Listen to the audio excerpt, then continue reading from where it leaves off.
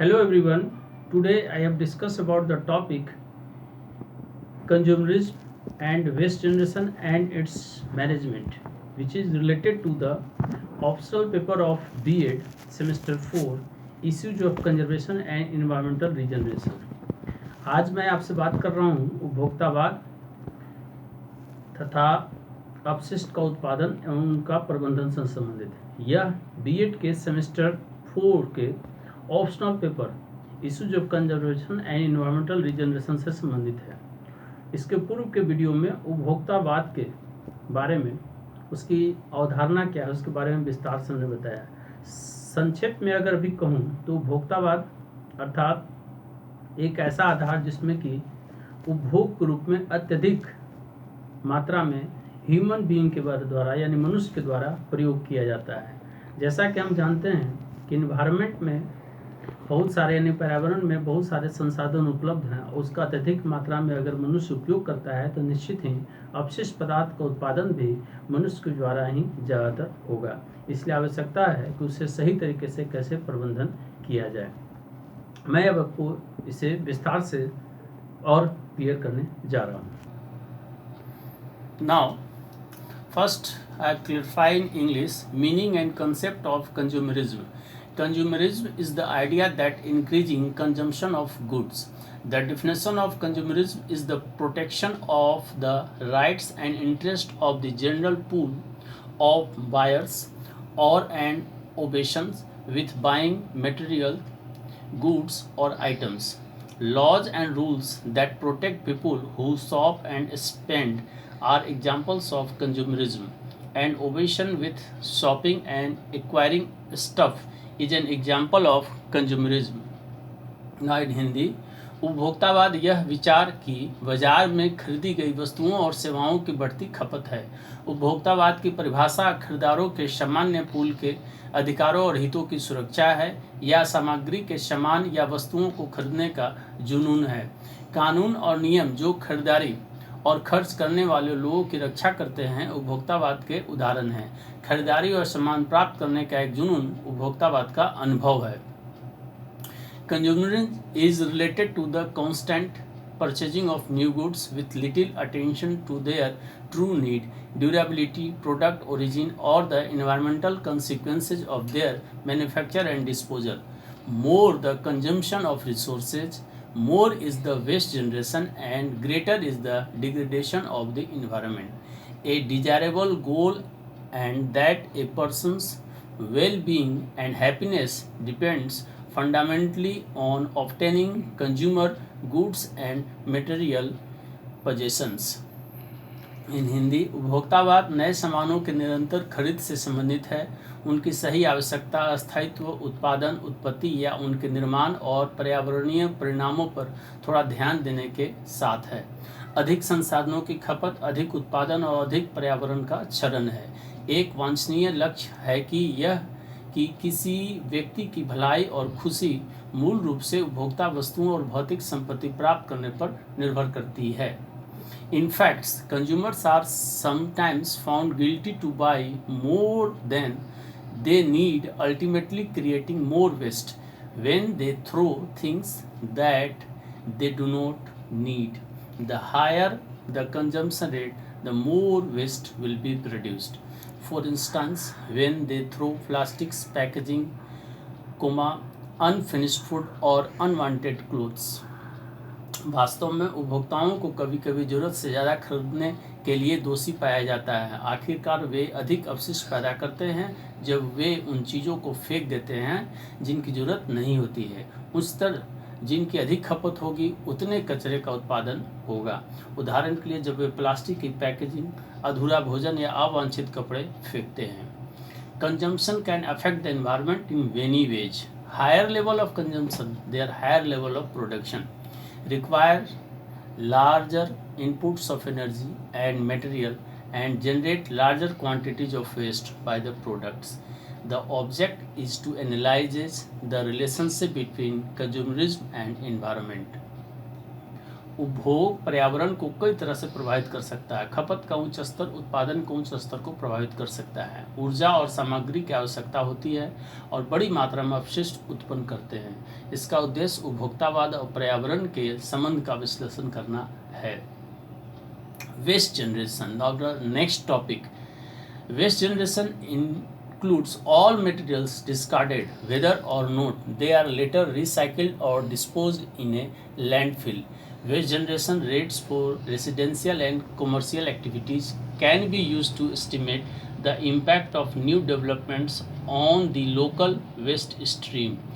The generation of waste reflects a loss of materials, energy, and imposes economic and environmental cost on society for its collection, treatment and disposal. अपशिष्ट उत्पादन में शामिल सभी सामग्रियों को शामिल किया जाता है, चाहे वे माह में पुनर्नवीनीकरण या लैंडफिल में निपटाए गए हों या नहीं। रिहायशी या रहने वाले जो इलाके होते हैं, व्यावसायिक गतिविधियों के लिए अपशिष्ट पीढ़ी दर पीढ़ी का उपयोग स्थानीय स्तर पर नई घटनाओं के प्रभाव का अनुमान लगाने के लिए किया जा सकता है। अपशिष्ट का उत्पादन सामग्री और ऊर्जा के नुकसान को दर्शाता है और इसके संग्रह, उपचार और निपटान के लिए समाज पर आर्थिक और पर्यावरण लागत लगता है।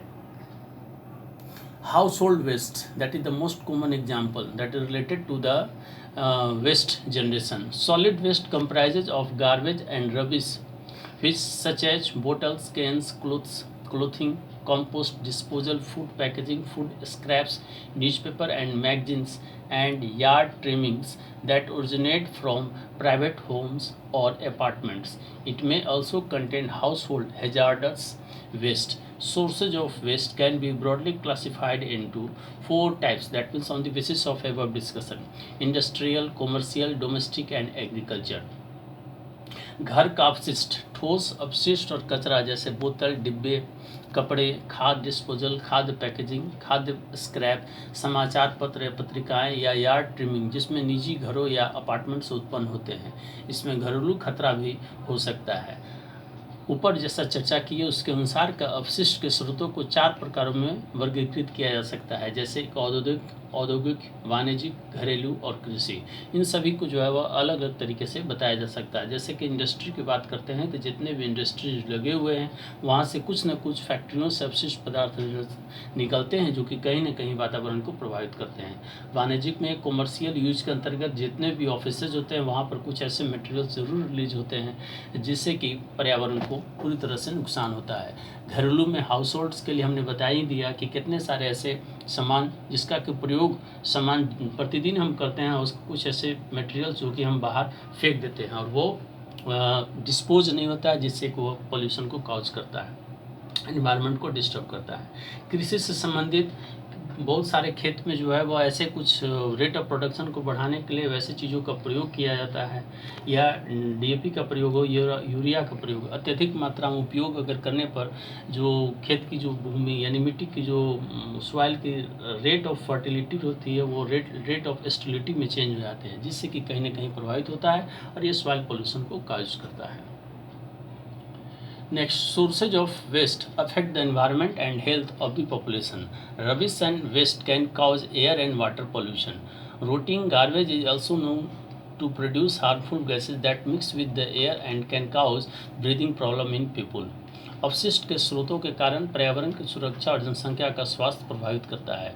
बकवास और अपशिष्ट जल और वायु प्रदूषण का कारण बन सकता है। सड़ते हुए कचरे को हानिकारक गैसों का उत्पादन करने के लिए भी सड़ते हुए कचरे को हानिकारक गैसों का उत्पादन करने के लिए भी जाना जाता है, जो हवा के साथ मिश्रित होती हैं और लोगों में सांस लेने की समस्या पैदा कर सकती है। Now waste management. The main objectives of waste management are for the protection of environment through effective waste management techniques, to protect health, well-being and environment, to prevent pollution. For a long time we have been taught about the 3R: reduce, reuse, recycle, but now there are 2 more in the mix. That's right, there are now 5 R's: reuse, reduce, reuse, repurpose, recycle. Again, refuse, reduce, reuse, repurpose, recycle. The order of these R is also important. अपशिष्ट प्रबंधन। अपशिष्ट प्रबंधन के मुख्य उद्देश्य प्रभावी अपशिष्ट प्रबंधन तकनीकों के माध्यम से पर्यावरण की सुरक्षा के लिए, स्वास्थ्य, भलाई और पर्यावरण की रक्षा के लिए, प्रदूषण को रोकने के लिए। लंबे समय से हमें 3R रिड्यूस, रीयूज, रिसाइकिल के बारे में पढ़ाया जाता है, लेकिन अब मिश्रण में 2 और हैं। यह सही है कि इस क्रम में अब 5R हैं। इनकार, reduce, reduce, reuse, repurpose, repurpose or recycle. Again I am repeating, refuse that means इनकार करना, reduce, reuse, repurpose and recycle. Please correct it. R का क्रम भी महत्वपूर्ण है. The solid waste management of municipal waste has initially 4 components: recycling, composting, disposal and waste to energy via incineration. नगर पालिका के ठोस अपशिष्ट प्रबंधन में शुरू 4 घटक होते हैं: पुनर्चक्रण के माध्यम से रिसाइकलिंग, खाद निपटान और अपशिष्ट से ऊर्जा। इस प्रकार से मैंने वेस्ट मैनेजमेंट के बारे में बताया। On the basis of above discussion, especially we have to emphasize the objective related to the R, that is reduce, reuse, recycling and repurpose. It is most important and vital. जैसा कि मैंने अभी जो detail में बताया कि R जो है वो महत्वपूर्ण है कि कैसे जो है वह मैनेजमेंट सही तरीके से किया जाए, क्योंकि अपशिष्ट पदार्थों का प्रबंधन के बिना पर्यावरण को हम सुरक्षित नहीं रख सकते। अतः आवश्यकता इस चीज़ की है कि कैसे सही तरीके से प्रबंधन कर पर्यावरण को सुरक्षित बनाया जाए। अब आप इस वीडियो को देखें, पसंद करें और इससे संबंधित अगर कोई प्रश्न अगर हो, कोई कन्फ्यूजन हो तो कमेंट्स बॉक्स में मैसेज में जाकर हमें आप क्वेश्चन के द्वारा भी क्वेश्चन अपना भेज सकते हैं, ताकि मैं आपको जो है प्रश्न को स्पष्ट कर सकूं। तो लास्ट में आप इसे देखें, पसंद करें और इसका नोट सही तरीके से बनाएं। और फिर मैं अब नेक्स्ट वीडियो के साथ आपसे मिलूंगा। धन्यवाद।